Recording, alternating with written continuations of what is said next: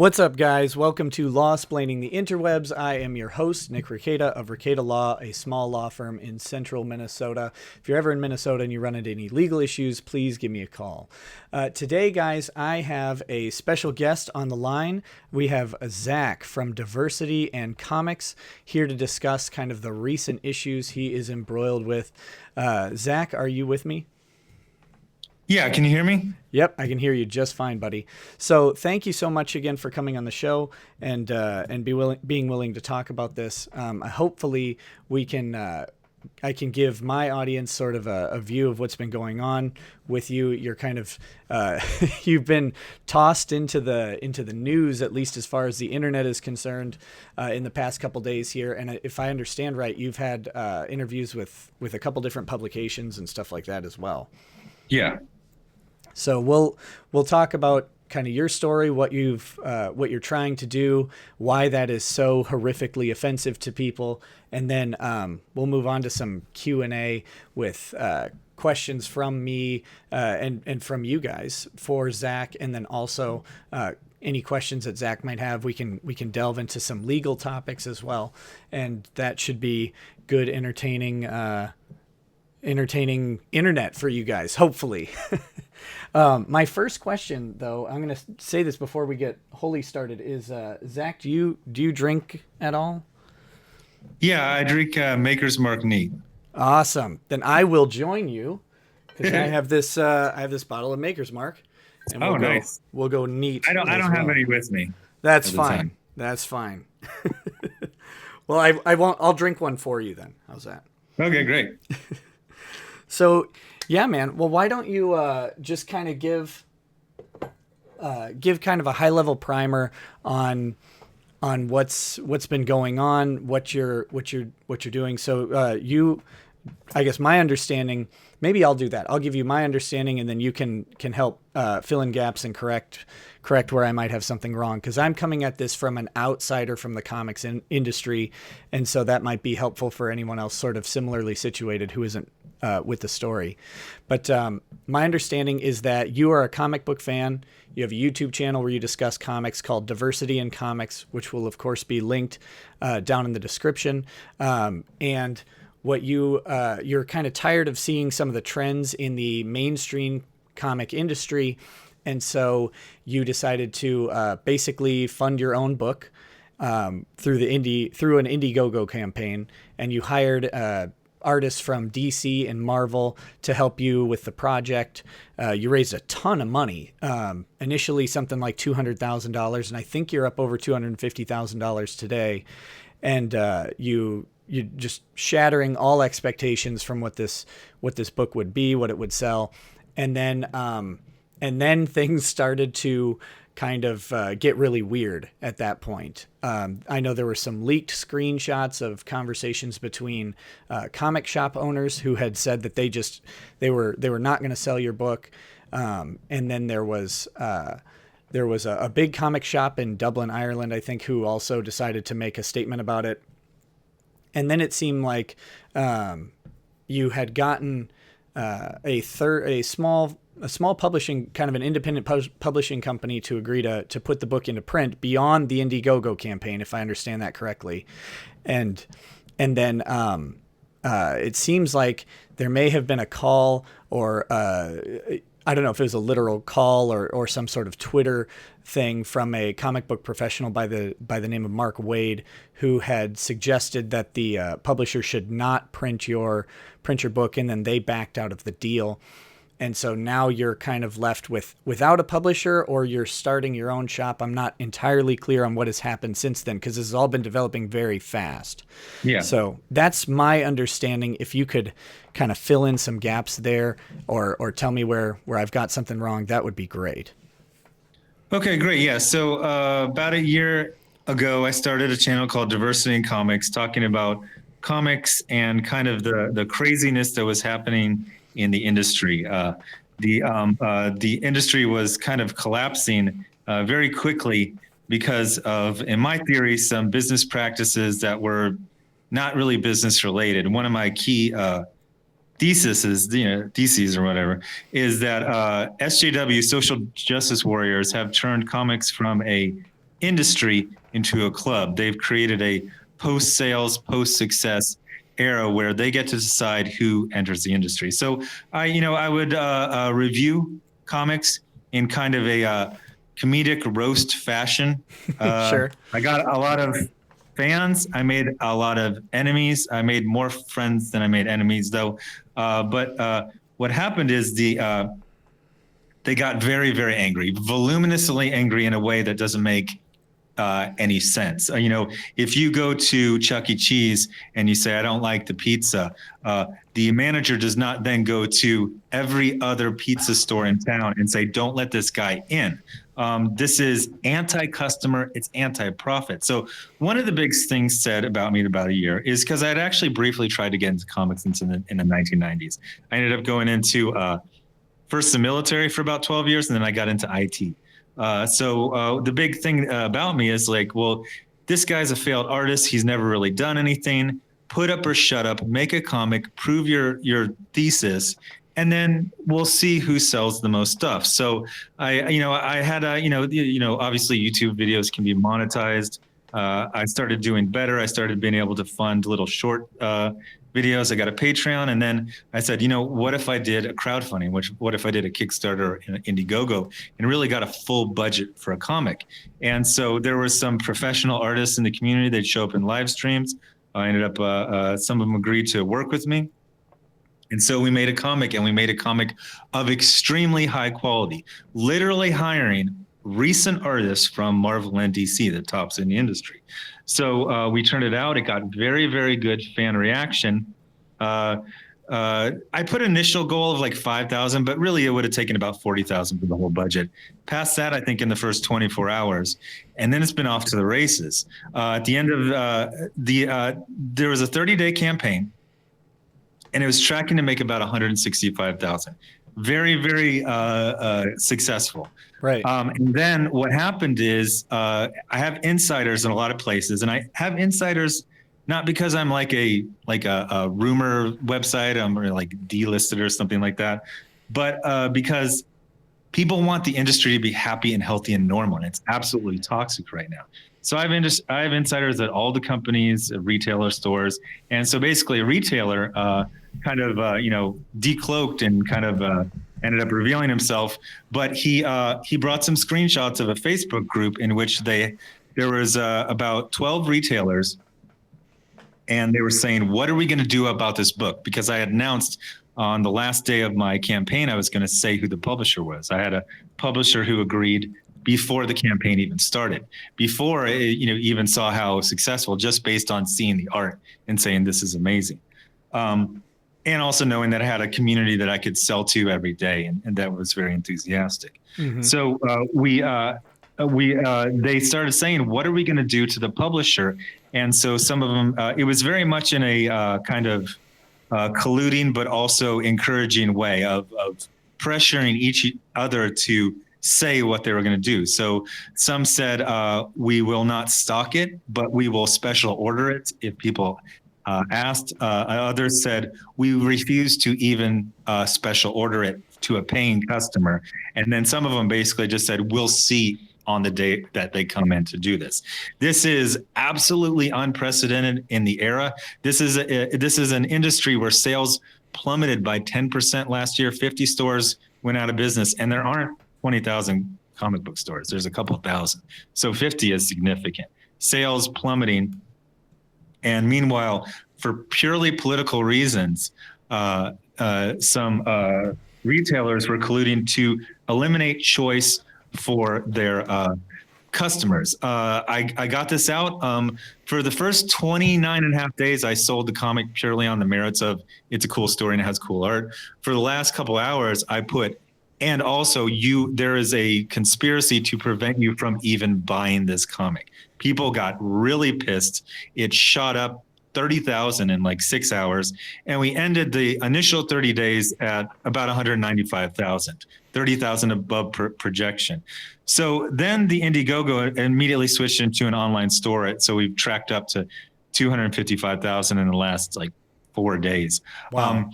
But then what happened is it got announced, and then the next day, there was some negative pushback, which was to be expected. Anyone who knew, me in the industry knew I'm controversial to some people, even though I have more fans than I have detractors by, magnitudes. And so there was some pushback. There was some talk of a boycott by some. This is a fairly standard thing in the industry. People say they're going to boycott stuff all the time. The publisher called me very nervous, said, I wasn't expecting this. I'm not used to this. I've been in the industry for 30 years. I've never seen something like this. And basically sounded like he was getting very nervous. The next day, there was a big push from a very, very influential writer at Marvel named Mark Waid. And he basically started to put in my opinion, incredible social and public pressure to get this small mom and pop operation to back down. He started saying things that were blatantly untrue, saying that I was directing people to harass comic stores when I had said just the opposite. I literally put a tweet that said, don't even contact them, right, and certainly don't harass them. Not that I expected anyone to be, but there's this kind of weird like trap lane atmosphere in comics right now. So then he continued. He kept deleting his tweets or his Facebook posts and then reposting them with kind of tweaked lies, very easily disprovable, but trying to basically poison the atmosphere in the industry. Then there's some stuff I don't really want to talk to, but I'll mention stuff that I already mentioned. Sure. Is that the owner ended up calling me absolutely distraught, emotionally ragged, and saying he could not handle the bullying that he had received that day. I'm a social media addict. I see everything, and the stuff I don't see, people take screenshots, and the bullying was coming from these people. It was coming from the store owners whose names I had revealed, and it was coming mainly from Mark Waid, who has incredible weight in the industry as a elder statesman, having worked at basically everywhere. Sure. So they canceled on me. And the biggest thing that has to be said is that there was a very, very controversial incident the month before, in which Michelle Perez, who had a book for Image Comics called The Pervert, had stated that Michelle wished that I had died in Afghanistan by IED multiple times, and then tweeted that if Michelle ever met me, he would turn me into a quadriplegic. These were brought up to the CEO of Image Comics and one of their founders, and the response was that you have to separate the art from the artists. Since this is not in the book, it is going to be published. This was the consensus of the industry. And then we saw basically that there was different rules for different people. There's a political thing of they want to keep out people who don't have my type of politics, which is center right, but to them, anything to the right of far left is basically a Nazi. Right. And they've spent the last couple of years literally calling their customers Nazis at the drop of a hat. That's why one of the reasons sales have plummeted. But it was established that, you can do this. And so what happened is basically, in my opinion, because when you put my sales from the initial 30 days and the online store for 4 days, I'm at like 6,500 graphic novels. That puts it to the equivalent of the number 3 book in the industry. So basically, some people who have a name from selling comics back in the day, but who can't sell them very well right now, have found a new person who has a proven audience, proven, draw, can generate, 255,000, more than $250,000 in 35 days. They're trying to eliminate competition on the shelves. I did everything I was challenged to do. They said, make a comic, get a publisher, put it on the shelves. I made a comic of the highest professionalism. I sold enough to be the number 3 graphic novel in the country.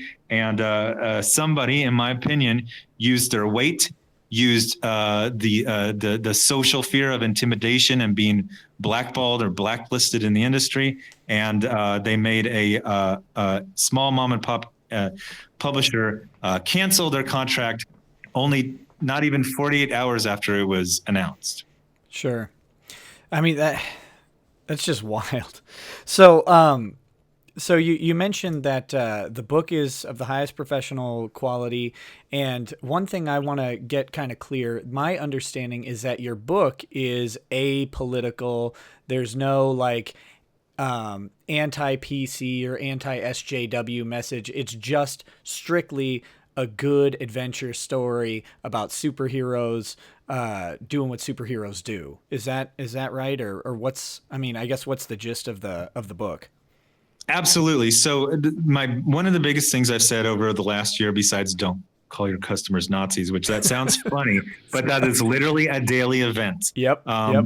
And not only calling them Nazis, but blocking them and then bragging about blocking them. It is an absolutely insane and toxic atmosphere.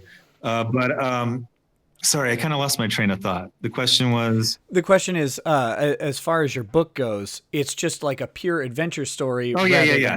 Than, So that was the thing. I always said, get your politics out, because the deal is that we always saw the same politics. Basically, if you have far left politics or you keep it quiet.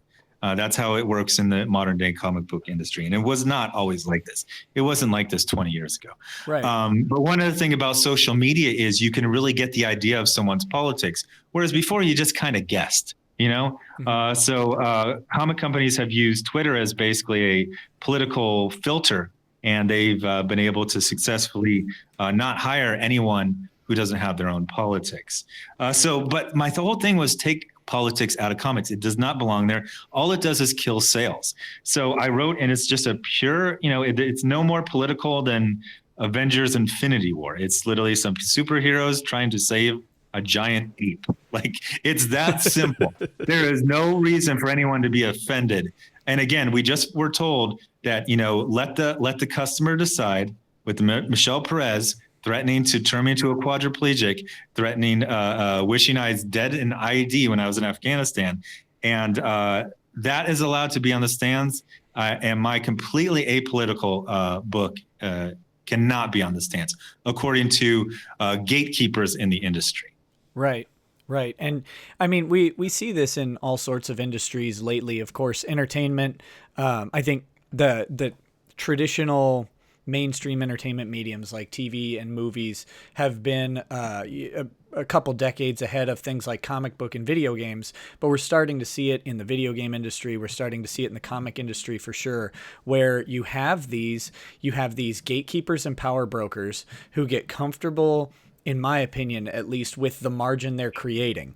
It doesn't matter that they could blow up their sales, they could make more money, they could sell more products.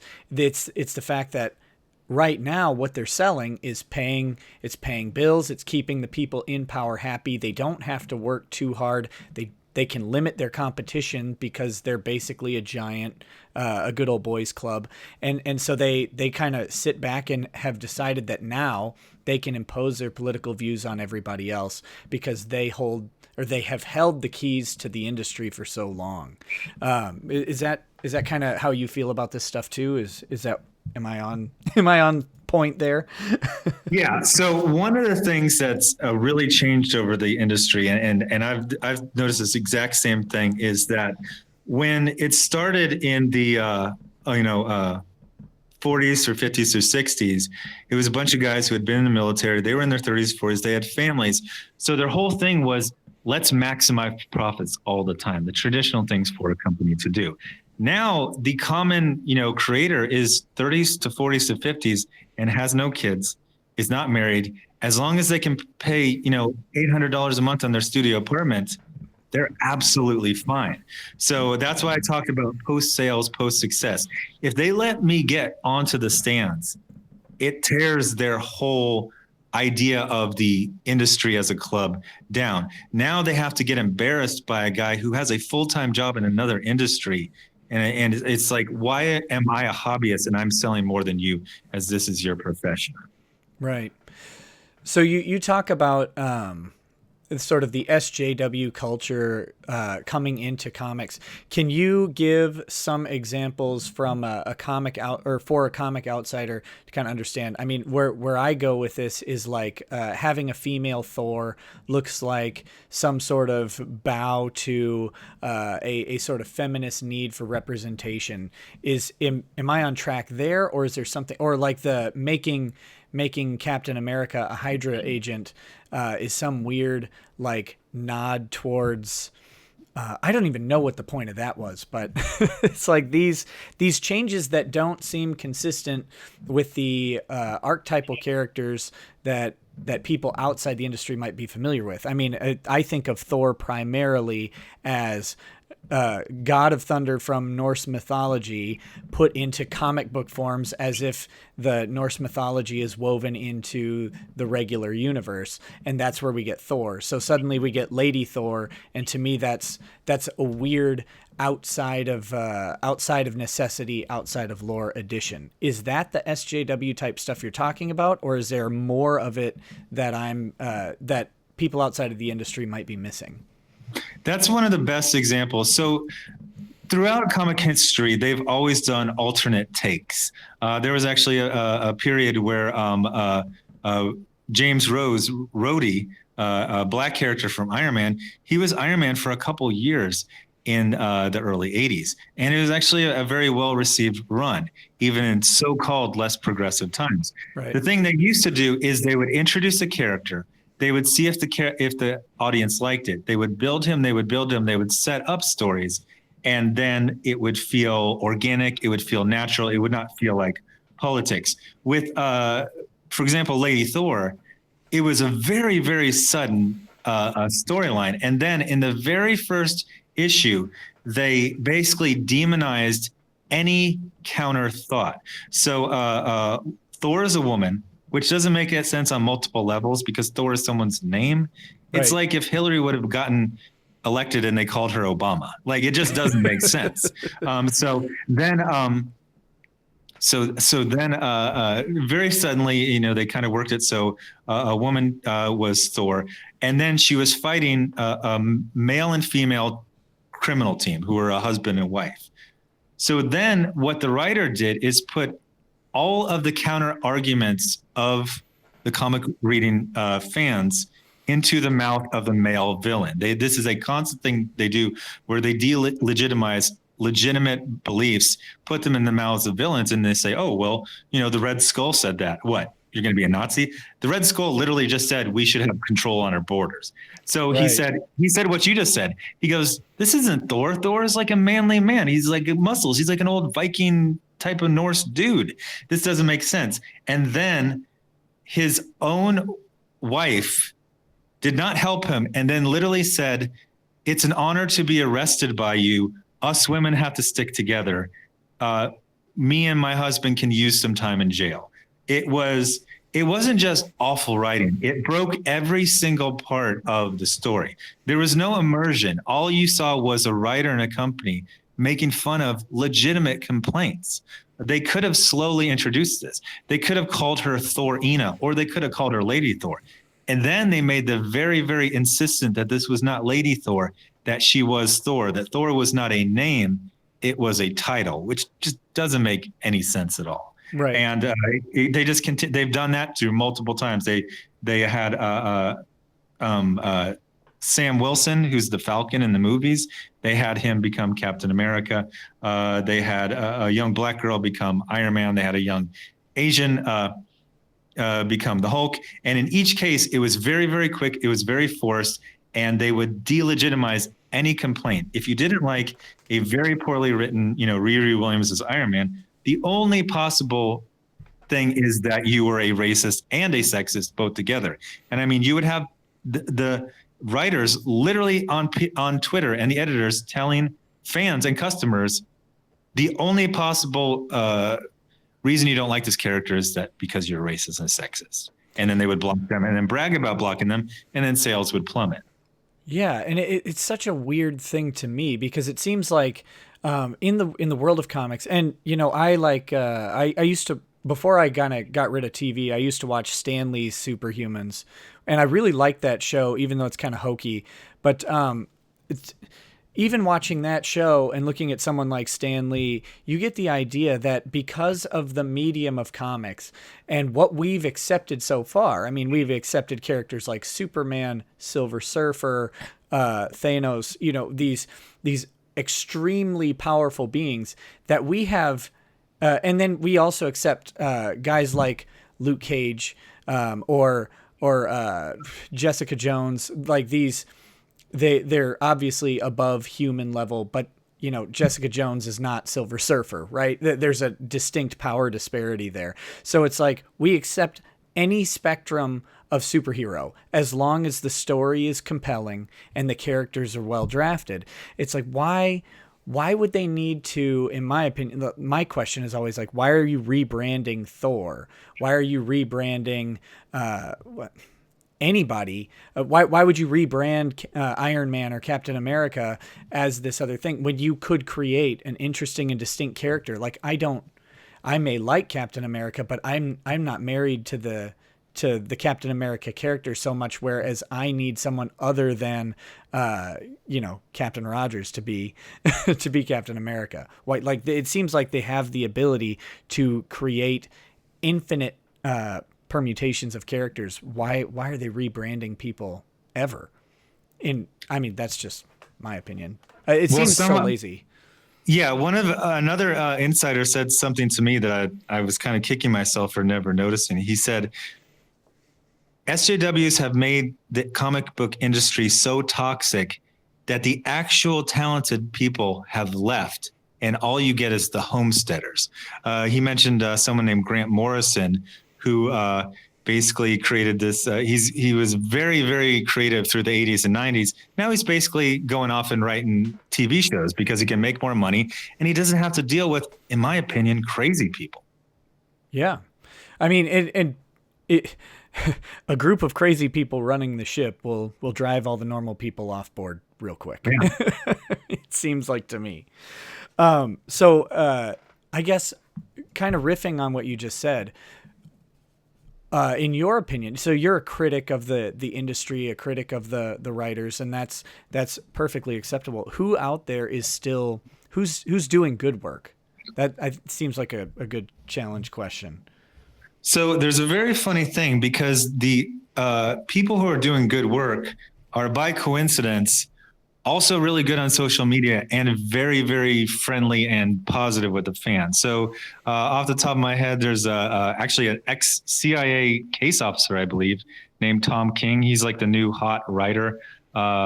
Mitch Gerads, Sean Gordon Murphy, Jim Lee, Jeff Johns, all of these people. The funny thing is that almost all of these people are at one company, and this one company, DC, they're the people who own Batman and Superman. Right. They actually have a social media policy, and from insiders are telling they actually will, get control over their employees. That's why it was so shocking when Mark Waid spent an entire workday, a Friday, openly lying and in my opinion, trying to intimidate a tiny mom and pop. You would think at some point in the day, everyone's connected, everyone's retweeting all day long.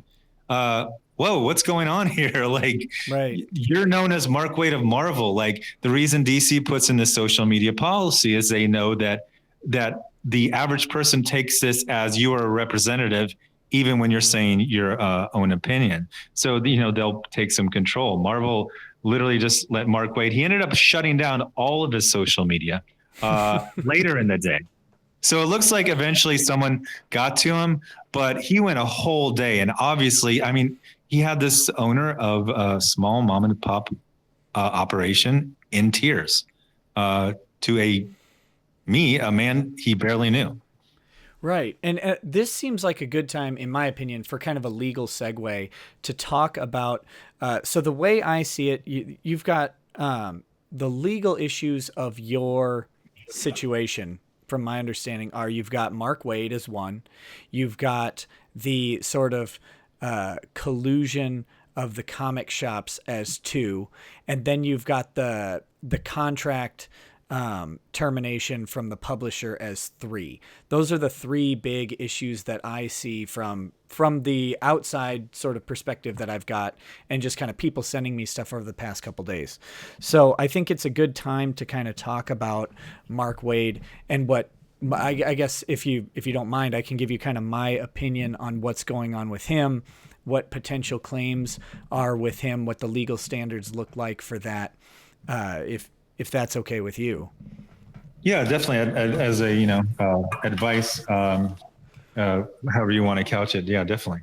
Right. And to be clear to anybody watching this, I am not representing Zach or Diversity in Comics or the Jawbreakers comic. I'm not representing any of these parties. I'm probably, I don't know what state any of this stuff is occurring in, and I'm probably not licensed to practice in that forum. So anything I say is an educated legal opinion, but it is not legal advice. And the only legal advice I will give to you, Zach, is that on any of these issues, you should consult an attorney who's licensed within those jurisdictions. And anything that I say, you can sort of bring up as, well, this one dummy on the internet said this. What do you think of that? And they'll be the people to kind of give you a full legal opinion. But I just want to be clear to the viewers that I am not involved in this representation. I have no personal ethical interest in its outcome other than just my own curiosity and my own bias. To be very clear, is I think that you have been wronged. I'm not 100% sure that you have like a lockstep legal case that'll fly through the courts or anything, but I do think there are legal claims involved. And some of them come from Mark Waid. So help me out here. My understanding is that Mark Waid is a freelance writer who contracts, at least most recently, with Marvel. And he's not an actual Marvel employee in the sense of he doesn't go punch a clock at Marvel and churn out things. Marvel would hire him to do some work for one of their books. Is that right? As far as I know, because like I said, he's kind of an elder statesman. He actually doesn't sell well because of his, interaction, but he's still got that cachet of back when he used to sell well. So he's not an employee in the sense that like an editor would be. Right. But I believe it's like a full contract with a guarantee of work and benefits and all that type of thing. So that might be described as an employee as well. Sure.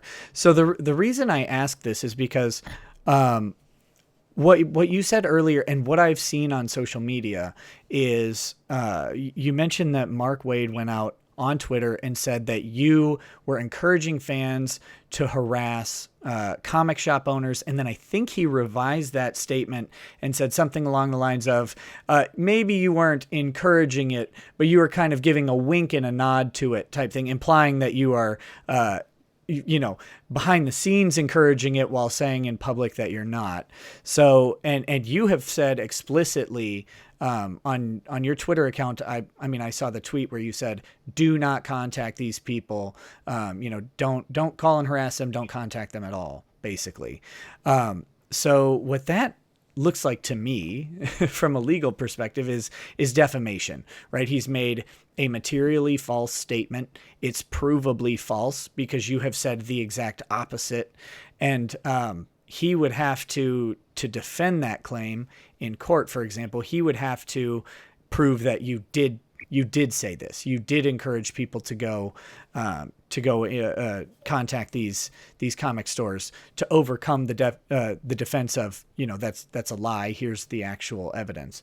And so I see this defamation claim that has in theory caused you harm because you had a publisher lined up. The publisher seems to have acted, at least in part, based on his statements, which appear to be false.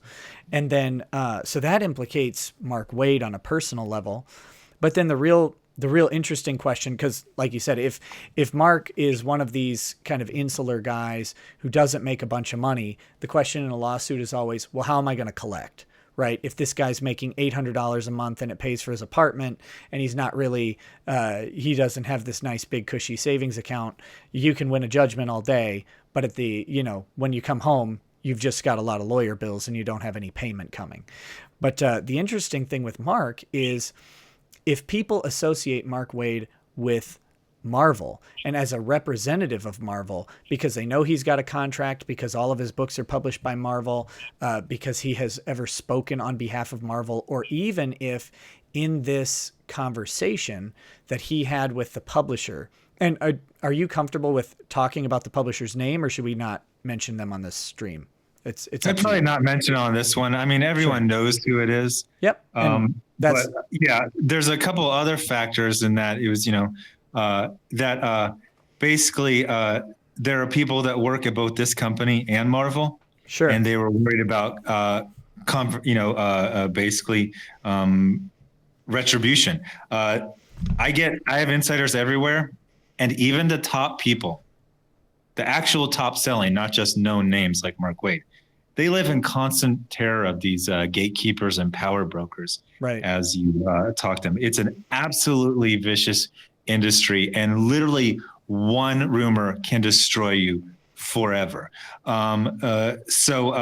These people have infinite ability to, literally just one tweet secretly, and then you're unpersoned. You have no career. The other thing that Mark did, and this was quite, in my opinion, malicious, purposeful, and trying to kind of cutesily dance around legalities, is one time he says he's been encouraging him, and then he put allegedly, and I think he put it in bold, and then he put cough in parentheses, which to me was a very cutesy way of the word allegedly, like, ha ha ha, I'm going to say something defamatory. But if I put the word allegedly, I can just say anything. But then he started floating things that were literally starting rumors in real time. But what I had done is when I got the list of stores, I said, okay, there are stores colluding to not sell my book. So I'm going to give the name of them so people know what stores they can't buy my book at. I actually gave their the name and the address for a couple of them. And then I was like, okay, I'm busy. Right. But he started floating in a completely ridiculous, there's no reasonable person would have thought is, was he sharing their, those were possibly their personal numbers. Wow, that's really bad. He's giving away their personal numbers. And then someone said, oh, that's really scary. Can you check on that? And he goes, well, I'm not going to call these numbers. Like, he couldn't Google them. Basically, he was not only lying, then being proven lying, then amending his lie, then basically poisoning the atmosphere by bringing things up. Sure. Even though that could look very, very scary and threatening, and then just letting people carry that. I had actually, one of my biggest things is I've actually been getting this for a while, and I've actually had people that Michelle Perez I talked about earlier, who did Michelle, put tweets that I was a dishonorably discharged wife beater. Wow. Then after many people contacted him, and I even posted my DD 214, by the way, I don't know how to post that I've never done a crime. You know what I mean? Right. Like, yeah. Prove a negative. Then Michelle kind of cutesily backed it down to, oh, that was just me thinking out loud. Of course. Michelle is basically the person you just described, the person who makes $800 a month. They're basically judgment proof. I also had someone in my own town who tracked down my child support records to say I was a deadbeat dad. I was immediately able to post something that shows I actually have a paid ahead of $2,000, but they've realized that they can endlessly kind of whittle at me. Right. The main difference, in my opinion, is I used to be a critic and this used to be a hobby, but with $250,000 in funding, 6,500 backers, and I probably already, put out, I don't know, 10, 20,000 to, because I didn't wait for this thing to end. I've been paying people as they've been producing new stuff. Right. I'm a competitor. So when you're trying to destroy me now, you're not just playing little internet cutesy games. You're literally trying to eliminate fair competition in the marketplace. Right. And even if you weren't, I mean, these claims, even if you weren't, I mean, I would call you a professional at this point because your success is demonstrable. You're clearly marketable. And I think you were marketable before putting out the book because you have a successful YouTube channel. You found a way to monetize your opinion. And then, I have a whole nother discussion at some point to have on this topic, but it's amazing what a motivated insular community can do from like a YouTube channel or a podcast. And I mean, I want to get to that in just a second, but I have one thing to say about Mark Waid, which is kind of backpedaling a little bit, and then get back into this weird flow. I'm sorry, but I want to hit the Mark Waid thing. If he's talking and it's reasonably. If someone could reasonably conclude that Mark Waid is representing the opinion of Marvel Comics in his capacity when he's speaking, Marvel actually is potentially on the hook. And that's when you talked about DC having control over the social media of their writers and of their artists and stuff like that. That's why. And I mean, we saw this actually happen outside of the comic industry, but kind of big internet news or big conservative news was when Tommy Loren was fired from The Blaze, Glenn Beck's TV station. And there was kind of a hubbub because The Blaze basically owned her social media accounts under her employment contract, which they didn't actually terminate her. They terminated the show, and she was still under contract, so they still owned her social media, and it was a mess for her for a little while. But it's because as someone who's a visible person employed by this company, their words could be taken very easily by a passerby or even by someone in the industry as words of that company, as the opinion of that company. So if Mark has issued defamatory statements against you, which it appears he has from the information that I have, it's very possible that you have an argument that his statements could be taken as an agent of Marvel, where Marvel is the principal in the relationship. And so, if you do pursue legal action, I'm sure your attorneys are already going to be looking at that, but that'll be an interesting sort of discussion to have with them, or an interesting thing for us to watch if a lawsuit were to materialize from this. We'd be able to kind of watch it from a public perspective as to what argument they make from Marvel's culpability.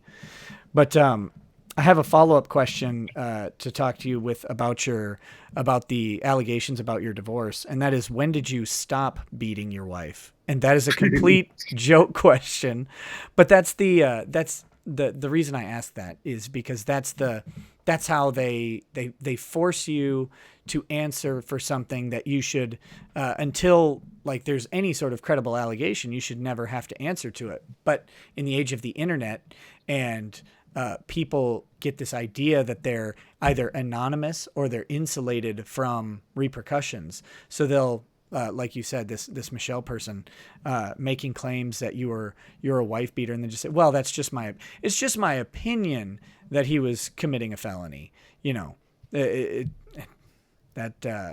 Oh man, that stuff makes me angry. So I'm sorry you had to deal with that.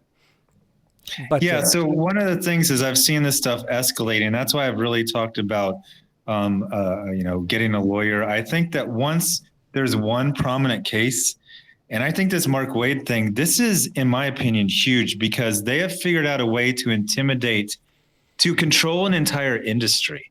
I talk about, you never hear someone say, I can't, if someone says I can't get into the timber industry, it means they can't afford the trucks and the workers and the saws and all that type of stuff. Right. It doesn't mean that they got a loan to buy the saws. And then they had a contract with the saw company. And then someone basically started putting pressure, and now no one will sell them saws. Like, I did everything to be in this industry. And then this basically someone, for multiple reasons, for political reasons, for fear of competition, basically stepped in to kill a contract I had with another entity that he had no business. The thing is, in my opinion, if you had legitimate concerns, there's this phrase on the internet called concern trolling. It's when you're really just trying to hurt someone, but you just say, I'm very worried about this. But right. This guy's been in the industry for 35 years. You think he couldn't have gotten somebody's phone number privately and had a private conversation? He put this all day long on Facebook to create this groundswell of pressure. And then to have his actual phone call, which could have been professional and could have been, not actual tortious interference or whatever, or non-competitive. He didn't do that. he tried to maximize. And there's actually a lot of story between me and Mark. He actually threatened to basically publicly target me and humiliate me at a convention last fall. He back channel was telling people that I had was either threatening women or encouraging people to threaten women. And then when it all came out, there was literally just one person that told one woman to die in a fire in a DM. That was it. Wow. And so it's been a 9 months of this. Goodness And yeah, so it's one of those things where, like I said, they kind of count on, hey, I'm in another state. Hey, lawsuits are expensive, but this is chilling. They've literally found a way to keep someone with a viable product, with a popular, profitable product, and with an audience from getting into the marketplace. Right, and I want to get to that next as sort of the next legal sort of issue. And then, but first, I want to talk a little bit. You mentioned that your book, which is a graphic novel, not a comic, and I want to talk about the difference between those two mediums in just a second. But I think that we live in this weird society where we have these rating systems. Like we have the Billboard 100, we have the New York Times bestseller list. There's clearly a graphic novel bestseller list, although forgive me, I'm not familiar with what it's actually titled. But so you're at 6,500 books, and that puts you at least the number 3 spot right now. And I think the number 1 spot is like a Batman. It's like a Batman novel, right? Is that correct? Yeah, I don't actually remember. It's 2, major properties. Sure. I don't remember. So, but I don't think people realize how, and this is going to sound, this is not meant to sound like a slight to you.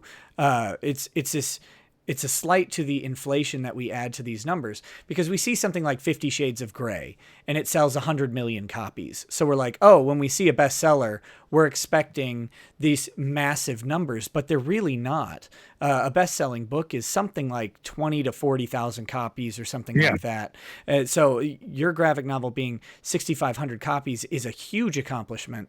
But people are probably imagining that these comics sell in the hundreds of thousands of books. And so oh, go ahead.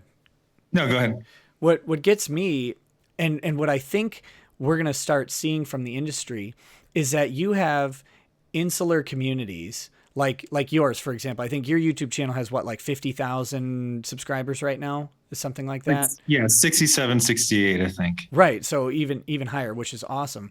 If we look at your Indiegogo and we just take this as a barometer, like if you can sell a book to 10% of your fans, I mean, you're selling a best-selling book whenever you put one out. That's amazing. And when companies start to realize what these fan communities, what active and engaged fan communities can do, the internet has the power to completely destroy the industry standards, because you can put out a book that's a bestseller, and I'm betting, especially based on the success of Jawbreakers, that the next book you put out sells more, and your fan base will continue to grow from all of this, and then the next book will sell even more, and you're going to start just shattering the sales of Marvel and DC whenever you decide to, which is amazing. And we have there are other instances of this where these large fan communities will push stuff. I listen to a podcast called The Dick Show. And by the way, I think if you're open to it at some point, you should call into The Dick Show, and I'd be happy to facilitate that, because I think you and he would have a lot to talk about in people kind of disparaging them and kicking them out of industries. He's in a similar boat on several fronts. But his fan community has created 3 music albums over the past 12 months, and all of them have actually charted on Billboard. Like the Billboard 100 charts, there's a Billboard charting album called Cucks Carols about Santa Cuck. And so they had to actually issue that certificate to the creator.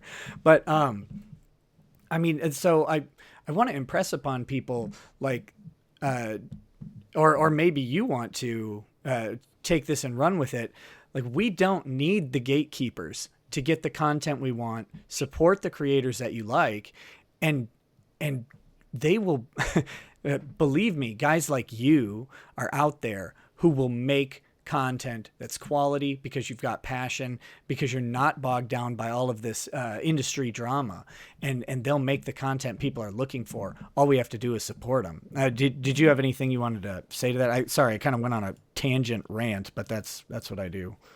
Oh, no problem. Yeah. So one of the other things where they've dead set on destroying me is because I don't work in the industry, and they have not been able to figure out where I work.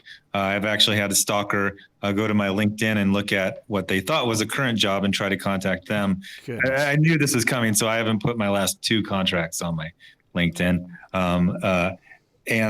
So they can't destroy me. They can't spread a rumor because these, like I said, this industry is an industry of people who live in terror all the time of these gatekeepers. But like you said, I'm talking to some other people. They've seen this and they go, "Hey, no offense, dude, but I'm a better artist and I have more fans. Like, why am I working so hard to curry favor and always be afraid when I can just do 2 Indiegogos a year or Kickstarters or whatever?"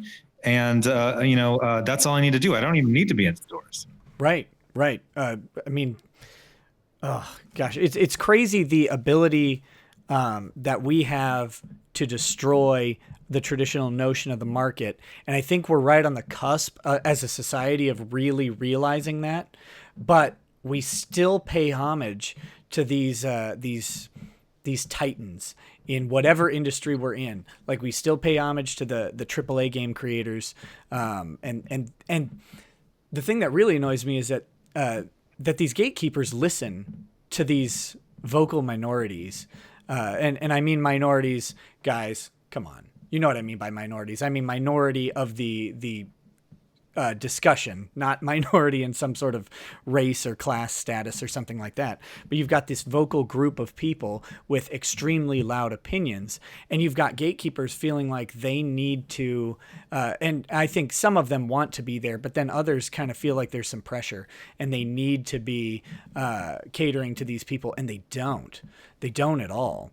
And I don't know why we're still stuck there, but I think with guys like you out there, we're close to pushing past it. But yeah, definitely.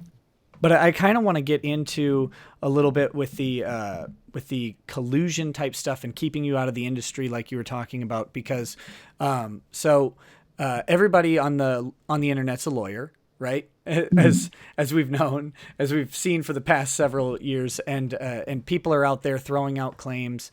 Like some people are talking about RICO violations, and the problem with this is you have prominent internet commentators in the legal world who will dismiss all of this stuff. Like, there's a guy by the name of Pope Hat, who's a pretty active lawyer on Twitter, and he was asking people if he should even look at your situation or if he should just kind of ignore it. Now, Pope Hat is generally left-leaning, although I would say he's pretty fair on speech issues in general. But his sort of apathy towards the situation is like, it doesn't look like there's a claim here because it's just some people deciding not to buy books. But I want to put out a sort of counter opinion to what you'll see. And I don't want to Popad, if you happen to see this, I'm not saying that you're specifically saying this, but a lot of people on his Twitter are, because they're all lawyers now too. But they're talking about how this isn't a RICO claim, and it probably isn't. However, just doing some cursory reading, it looks like a violation of Section 1 of the Sherman Act. And from what I can tell, it looks like it has the elements of something called general boycotting.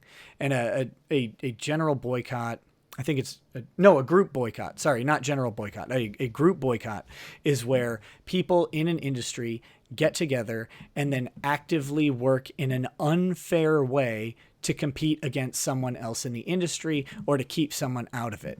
So the problem in the past, because there are major cases about this sort of group boycott thing, but the problem in the past has been it's hard to prove where the boycott is documented. Because like we see this with telecom industries, where it's like, Well, the telecom industries they don't make agreements not to compete, yet you've only got one cable provider in every town. Right. So there's some sort of agreement, but you can't point to a document. You can't point to a meeting that occurred where this happened. But in your case, you kind of can, because you've got these leaked Facebook conversations where you've got, I think you said there were like 12 shops in there discussing various ways to keep your book off the shelf. And that might rise to a general boycott or a group boycott under the FTC, under an FTC analysis of the Sherman Act, Section 1. And I reviewed several cases that have, in law, nothing is ever the exact same, but there are similar aspects to it. Usually it's in like insurance or something like that. There was one case where like a dental association was preventing its members from sending x-rays to the insurance companies so that the insurance companies couldn't accurately pay or whatever. But in your case, it's like you've got this group of people who are, they're retailers, they're distributors of the product. And some of them are conspiring and advocating against purchasing your product to put on the shelves. And that is, to the people out there who are confused about this, that is not a choice by one person to not buy a product, which is perfectly fine. No individual retailer has a duty to buy someone's book and put it on a shelf. No one is arguing that. But when a group of people get together and have a discussion that is documented, that advocates against the group of them buying that product and putting it on the shelf, that might rise to the level of anti-competitive behavior that has been illegal since the 1890s. I think the Sherman Act was initially passed. This is long-standing law. So, I mean, from what I can tell, you've at least got some good questions about the acts of those people and their shops under the Sherman Act, assuming those shops, of course, are in the United States or have business dealings within the United States. But yeah, most of them do. Right. So did you have any questions about that, or do you want to like clarify anything, or should we move on? Because I have some industry questions for you that are kind of related to comics and your opinions of them and stuff like that. But no, yeah, that was interesting. About the thing about the shops is, like I said, these people, they purposefully misstate things. And my goal was never to, and there are multiple prominent people in the industry purposefully lying and saying, I was demanding every store stock my book. That doesn't make sense, and it's easily disprovable. Right. The main problem to me is a thing of two things. Number one, or actually a couple, consumer, the economy and culture.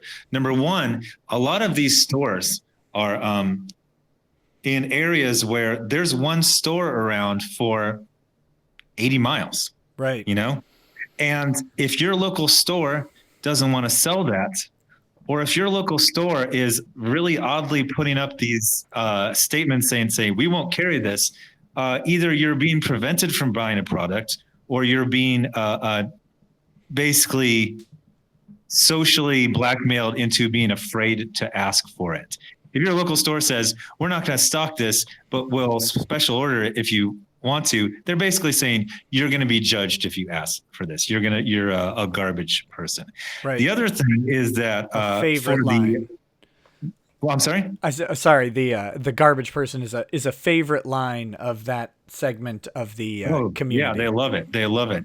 So the other one is the economy. We have an up economy right now, and a down economy for a single industry. People should be buying more comics. They're actually buying less, and they're buying less. And one of the reasons is this complete politicization, turning an industry into a club. And then there's a third fact, and this might be a little esoteric, but comics, superhero comics are American cultural invention that's beloved across the whole world. And we're suddenly finding ourselves almost incapable of sustaining an industry because it's being destroyed from the inside. It would be if, like, I don't know, Belgium couldn't make cuckoo clocks or something like that. Sure. Wooden shoes. Like everyone else can make wooden shoes, but for some reason, you got to be of this political persuasion to make wooden shoes in Belgium or they'll destroy you. And then the whole thing collapses because you're day one as a comic fan. You go onto Twitter. First of all, little sidebar. I checked. I'm blocked by Popat. I didn't hear about it until 5 minutes ago. That will happen to you. You will go onto Twitter and you will find yourself blocked by half of the people you look up, and you're like, I literally got into comics yesterday. Why am I blocked by all these people? Well, they blocked you because you followed so-and-so and Nita Sarkeesian said that's a garbage person. Yep. So they shared a list of every single person who's ever followed some random video game blogger. And you're like, what the hell is going on? Why am I blocked by Popat? It makes absolutely no sense. Right. And the dumb thing is I think if he were able to take a look at your, and I might be projecting, but it seems like if he takes a look at your case beyond just the left internet summary of what's happening, then he'd see, maybe there are some elements here that even if you disagree with the legal aspects, the societal and economic questions of why are we trying to prevent someone from having their product on the shelf? Like what purpose does it serve to have less competitors in a market? Who does that serve?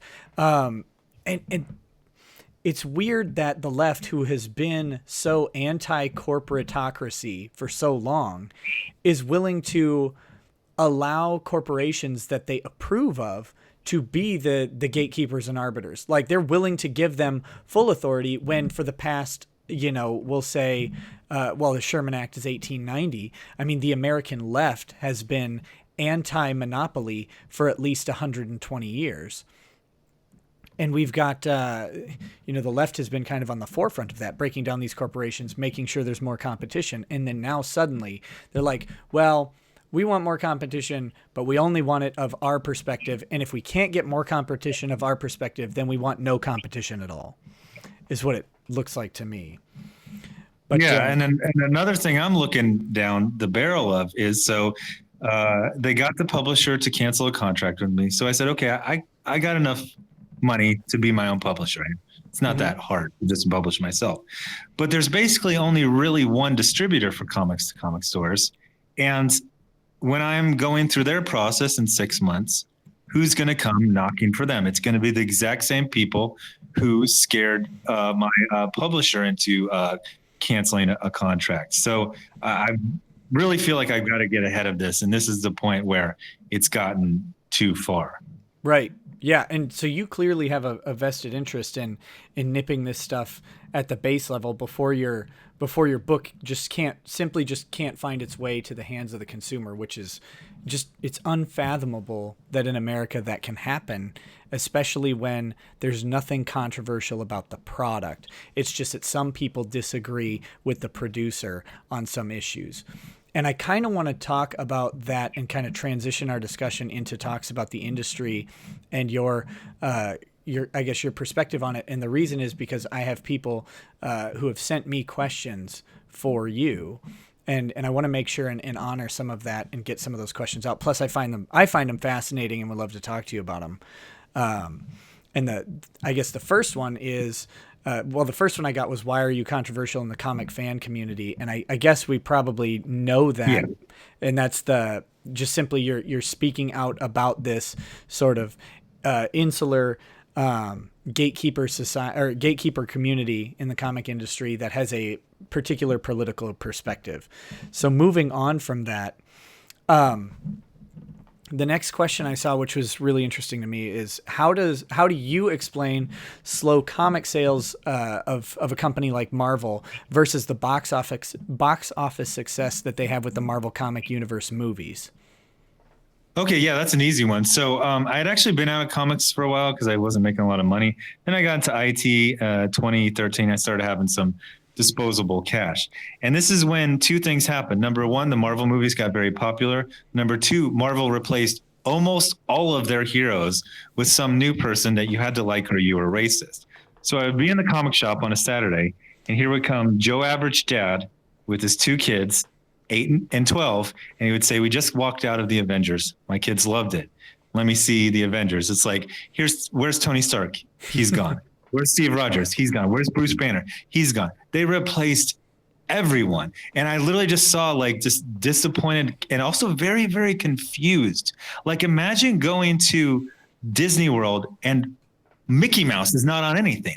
Right. You go, what the hell is happening? Oh, we're trying out, Jerry Giraffe. It's like, okay, how about you try him out in addition to Mickey Mouse? No, we want people to like Jerry Giraffe. It's like, what are you doing? Are you trying to destroy their industry? And they did. I mean, it is a shadow of what it was.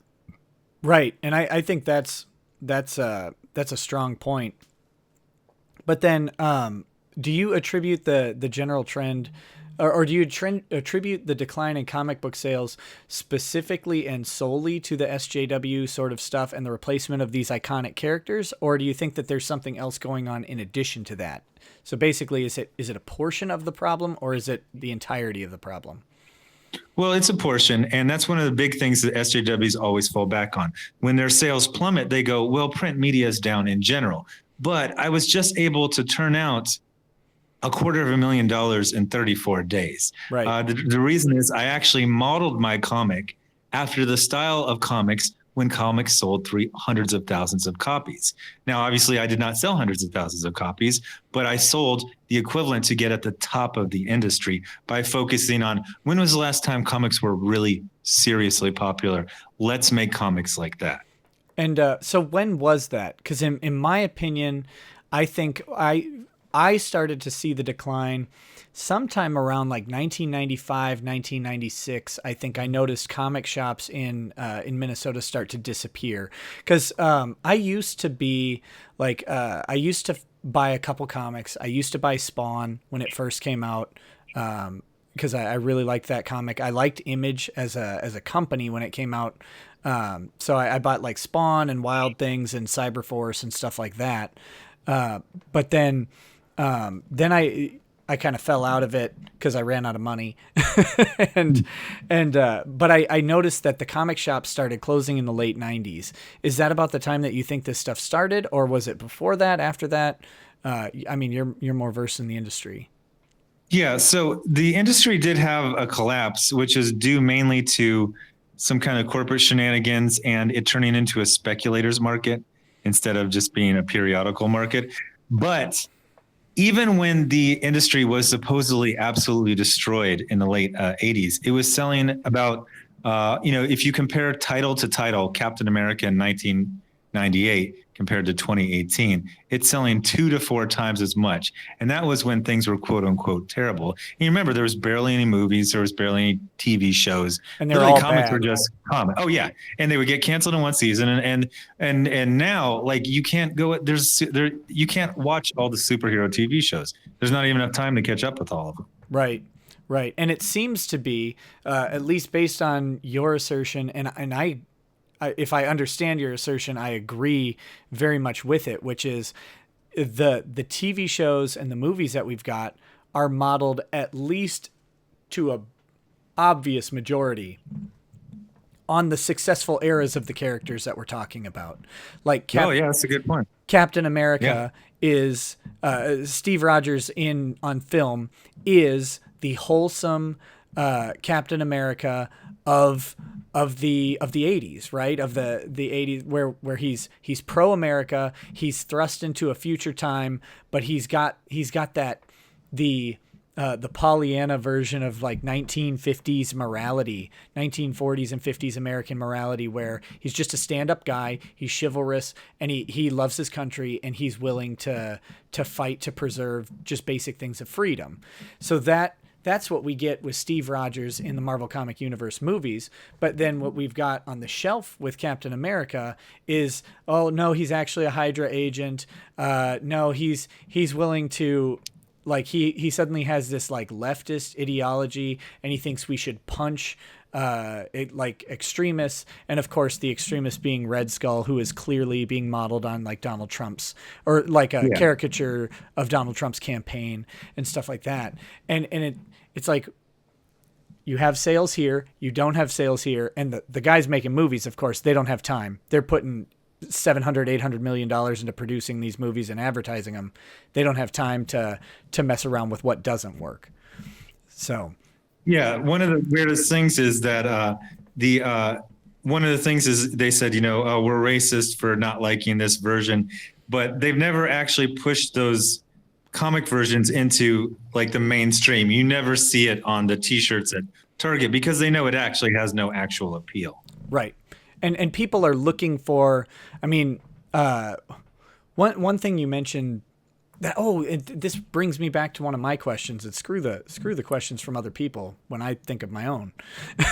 is I wrote an essay a while back just for myself, but it was kind of modeled on a Green Day song, which is not a Green Day song. I don't think. I think it's a Beatles song or a John Lennon song, but it's Working Class Hero, right? And are you familiar with that song at all? Not really.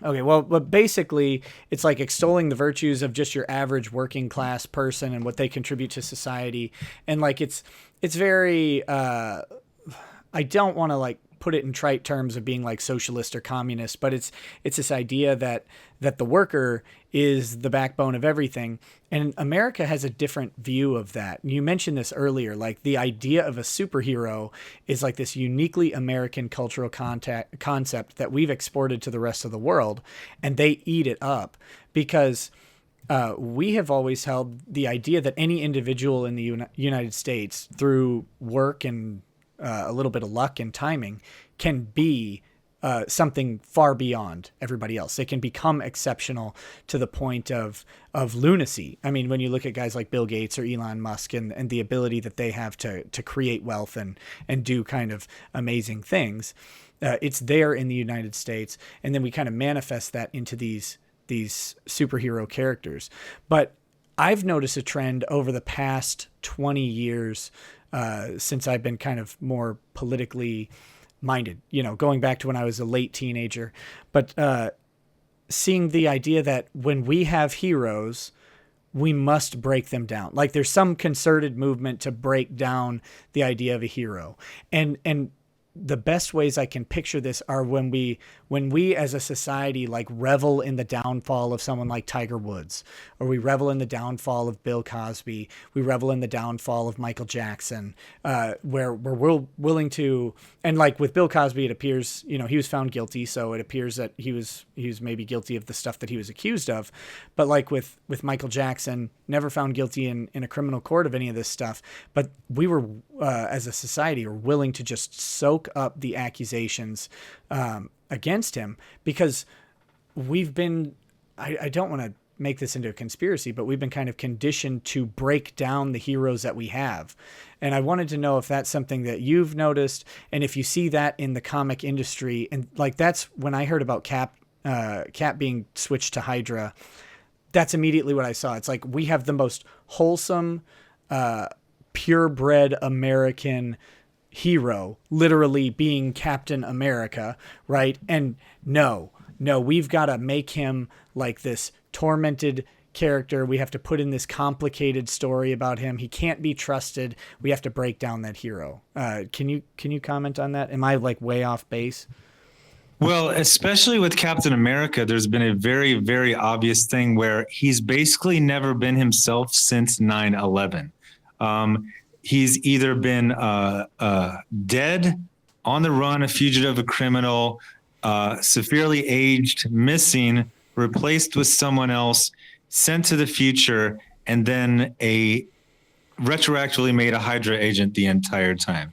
This is obviously a purely political move from a kind of far left negative version of America.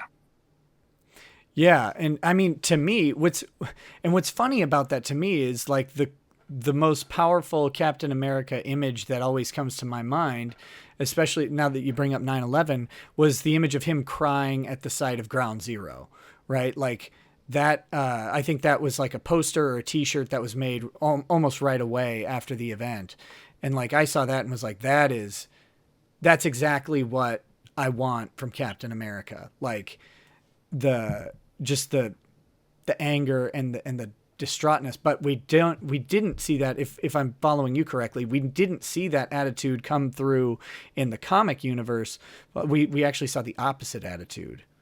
Yeah, one of the first comic books after 9/11 was Steve Rogers and his civilian guys randomly happening among a Islamophobic, discrimination attack. Just random people just beating up a random Muslim guy because he was Muslim, and it was very odd because I know that stuff has happened, but it's not anything that's common. And Right. every time he fights a terrorist, even if it looks like it always ends up being Americans somehow, and that's been, gosh, 17 years of that. That's just crazy.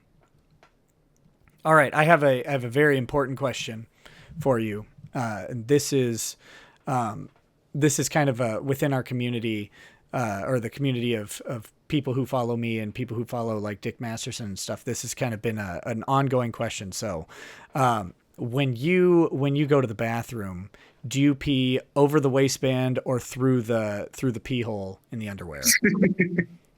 Oh my God.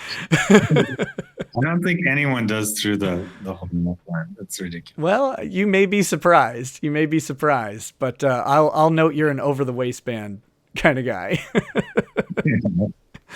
I will say that I'm generally over the waistband, but if I'm in a suit, which court, of course, is when I'm in suits. That's when it's because it's way easier than like unbuckling and untucking everything.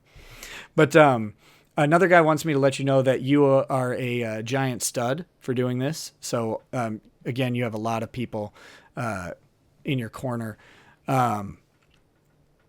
Let's see. What other?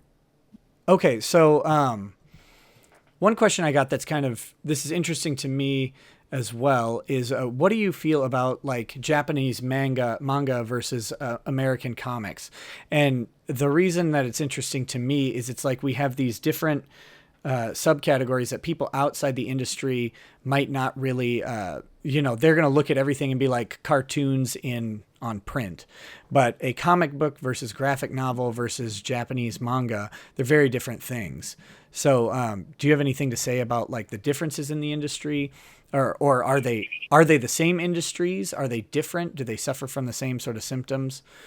Do you follow? Yeah, absolutely not. So, American superhero mainstream comics, that's my, chief love in this medium. Right. But every time I complain about something, I have subscribers and fans, and they always say, read manga. You will not have this. So manga is a very, very interesting industry. It is 100% merit-based.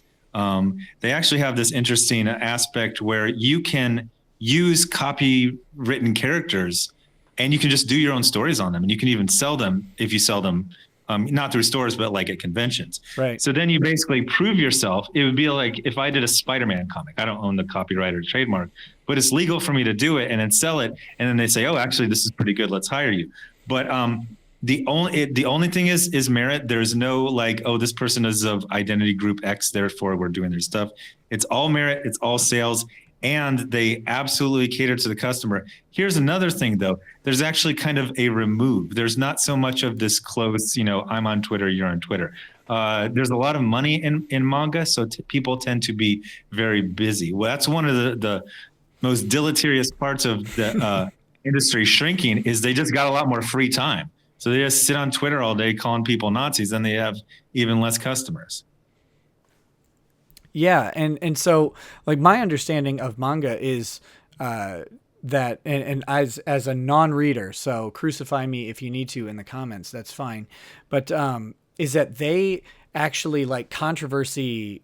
I don't want to put it that way. Things that would be controversial in the comic book universe or even in American mainstream entertainment are not at all taboo or controversy in manga. I mean, to the point where you have and I mean on all spectrums. Like you have mangas about Donald Trump being a superhero. You have manga about underage sexual relationships. You have manga about openly gay and lesbian relationships, and I guess anything on the relationship spectrum. And that goes from being sort of what we'll call as tasteful, all the way out to being extremely explicit. And like you're saying, at least if I get it right, you're saying that it doesn't, like, no one cares what sort of content is in there if it's selling books. Yeah, there's no political correctness at all. It's literally, if you put something, even if it's like weird, if it sells, they'll make another one. There'll be 2 or 3 books of that. Well, this is the opposite. We have actually gotten this kind of spite casting. That Secret Empire was written by a guy named, that was the Captain America as a Nazi. Sure. It was absolutely reviled by fans. And so the guy took a little moratorium. He kind of disappeared from comics for 6 months. And they brought him back as the writer of Spider-Man. It's literally like, you didn't like him. He did a terrible thing. His sales were bad. We're giving him the top title at the company. And they do this because they don't want to admit their mistakes. They actively hate their audience. They despise their audience. And they're losing money because of it. That's that just, it blows my mind. Like, because just thinking about what I do, because I'm a business owner. I own a law firm, and it's like, I've done things that fail, like monetarily fail, all the time. And it's like, okay, you do that, and you say, I will never do that again. Like, yeah. I help a client who doesn't pay me. I'm not going to help that person when they call me the next time. It's like, no, you can find someone else. Thank you. Like, you still owe me from the last case. So to have an industry just dump money into people who are proven failures, man, I just don't get it. I don't get it at all. Let's see what we've got. Another one, and comment on this to the level that you're comfortable with. But someone asked if the comic pros that you hired to work on your book, if you guys have any sort of plans or aspirations, or even, like, not even plan set in stone, but the idea to create your own industry competitor, or do you think, like, are you planning on just being a one guy sort of operation for now and keeping it all freelance and open? And we're not trying to make like a company that puts out 3 or 4 comics a month. We're basically trying to do like one good comic 2 or 3 times a year. Sure. Do you think that that there is room in the market? Like, is it possible for someone to create this new, like a new Image, a new DC, a new Marvel, and actually be viable? Or is the business model itself of like a giant company that produces comics something that needs to go away?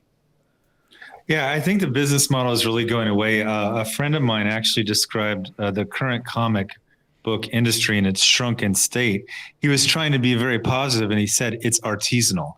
We're basically an artisanal industry.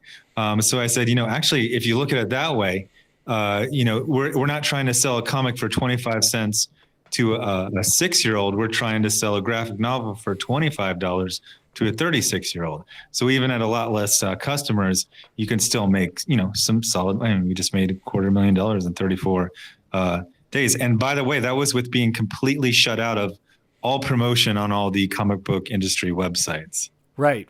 Yeah, that's something we didn't really talk about, but that's been talked about a lot online, is that your Indiegogo campaign had almost no traditional, or probably none, as far as zero. Absolutely zero. Yeah. So it's solely promoted by like you on your channel, and then just word of mouth outside of that, right? Yeah, and I think this kind of tracks with the general boycott thing. There's collusion between all these people know each other. The retailers and the obviously the people at the companies, and then the people at the comic news sites, which is a traditional feeder for being hired into the comic companies as writers. It was no coincidence. They froze me out to try to hurt the project. The talking about Facebook, it's all been out to destroy a product instead of letting it prove itself in the marketplace, which obviously removes choice for consumers. Right. And I think like that's ultimately That's something you keep going back to, and the reason you keep going back to it is because, in my opinion, my armchair psychology opinion, is because that is like that's the one thing that we have valued in the United States and protected so fiercely is that if someone, if you don't want it, you don't buy it, but if someone else wants to buy it, get out of the way. Like just get out of the way. It doesn't hurt you to let someone else do it, to buy what makes them happy. And I mean, part of me longs for that cosmic justice where we could gatekeep all of the products of the other people, like of the Mark Waids of the world out. I actually don't want that, but like you just want it for like one day so they can see how flipping annoying it is to not be able to get what you want anywhere because people artificially won't let it be sold. But all of the rules do not apply equally. One of their things that they're trying to hem me up is I did a little private video last fall where I said some rude, salty comments. It literally, the whole point of the video was to be rude and salty. So I made it private. A copy of it got out, and now they're clutching their pearls. These people in their 40s and 50s are pretending to be shocked by insults that would make a fourth grader yawn. Right. Meanwhile, this is their excuse for why I'm not allowed to be into an industry. Meanwhile, Michelle Perez said if he ever meets me, he's going to turn me into a quadriplegic, but you got to separate the art from the artist. And that was literally last month, or actually 2 or 3 months ago. So give me an idea, if you want. If you don't want to, that's fine, since you took the video down. But give me an idea of like the spiciest insult in there, because I have heard, and I will confess, I have, like I said, I'm being introduced to you through this controversy, so I have a lot of back watching to do on your channel. But I have heard that your channel is relatively clean. See, the funny thing is they're trying to hang me. So it's kind of a long story, but actually I've had multiple stalkers, and a stalker tried to blackmail me with it. So I made it public. I said, this is kind of embarrassing. It's very childish, but it was the whole point. When you're on YouTube, you can get censored and get in trouble in so many ways. I go, I just want to do one video, and I'll just show it to a couple hundred people, and it'll just be really raunchy and it'll be cheesy, and I'll probably take it down in 24 hours. Well, somebody ripped the video, tried to blackmail me with it.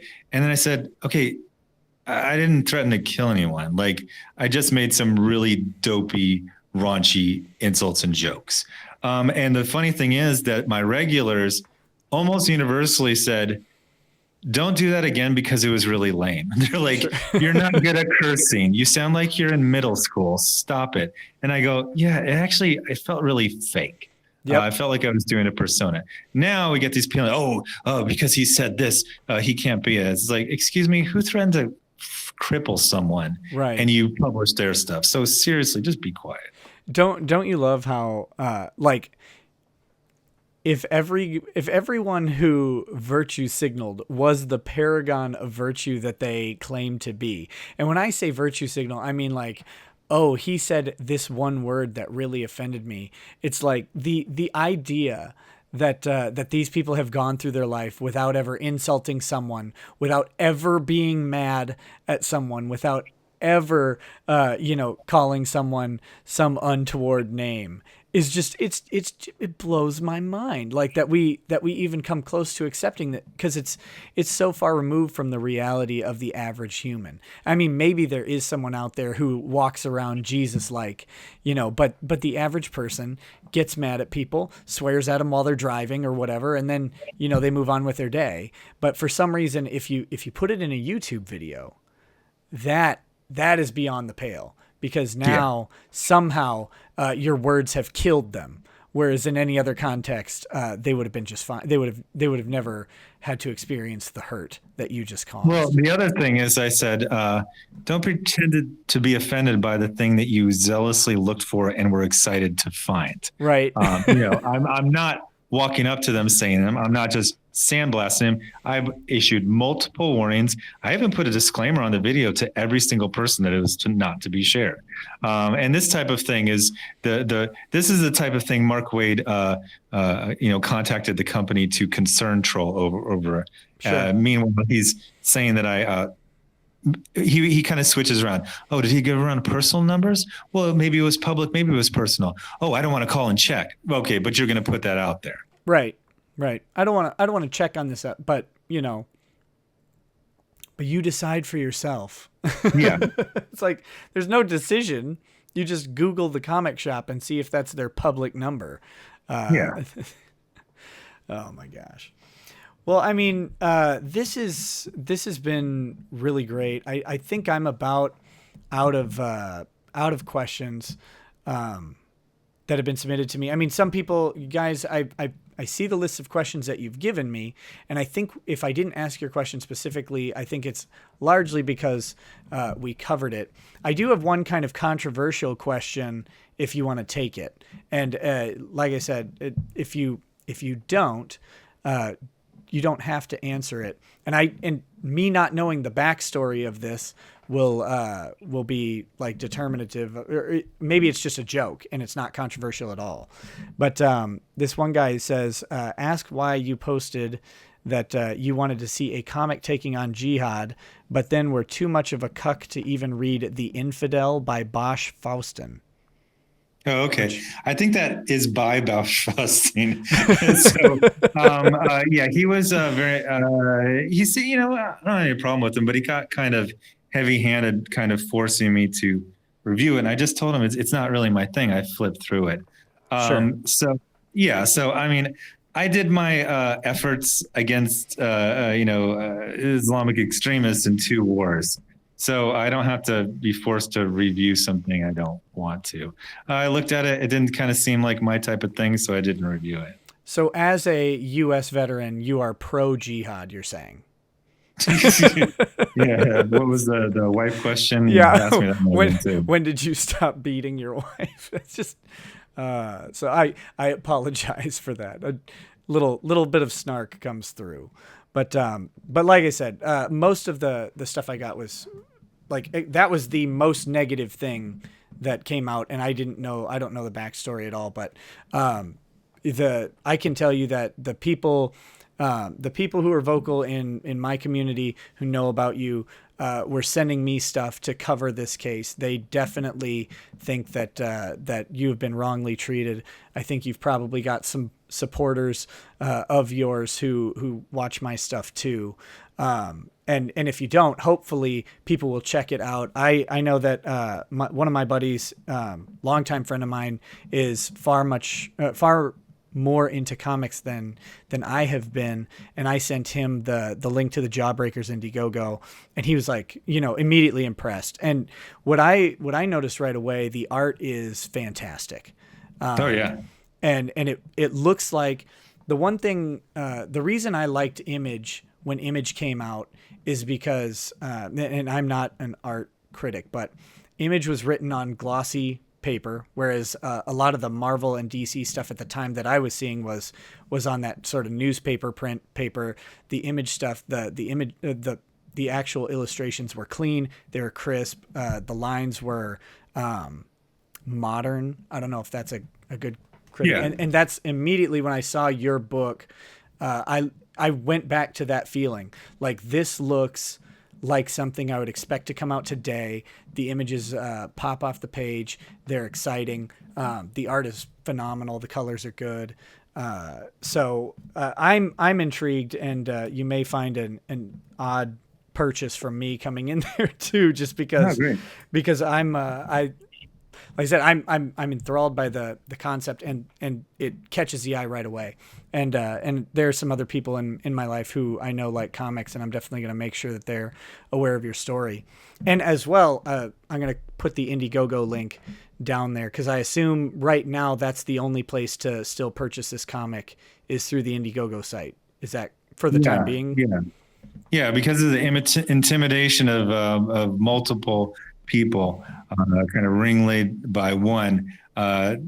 Customers do not have the option to look forward to it being in stores in a reasonable amount of time. So this is the only place to buy it. Sure. So someone goes on Indiegogo today, buys your book. When do they get it? Okay, so it's been we're about a third of the way through it. It's going to be in production till July, and then they should be getting it in August. Awesome. Well, I think we should end the recording in just a second here, and hang out with me on the line for just a little bit, and we'll do a debrief and make sure everything's good. But I didn't, I think the interview has been great and stuff. So I want to go ahead and wrap it up before I do something terrible. But yeah, so I'm going to end the recording now, guys. Thank you so much for watching. A huge thank you to Zach. And if, whatever you do, as far as if you do pursue a lawsuit or whatever, if I get news of it coming out, I'm definitely going to cover it on the channel, give my opinions, talk about what's out there, because that's kind of what I do. And if that happens, I would hope that you'd be willing to come back in the future and chat with us within, of course, the permissions of whatever legal team that you talk to. But I wish you the best of luck in that. And again, thanks for coming on my channel, and hopefully you can find some resolution, or as it appears like you may be doing, make your own resolution. If everything else, if everybody else is standing in your way, you've clearly got the sales coming in. You've got a product that people want to buy. Getting it on the shelf. Someone's going to put it on a shelf. At some point, money will prevail.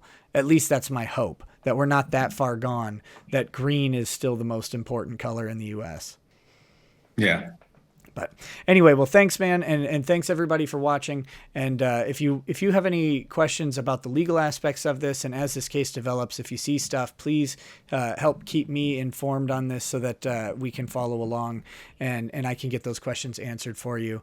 Thank you, Zach. And the recording is ending now.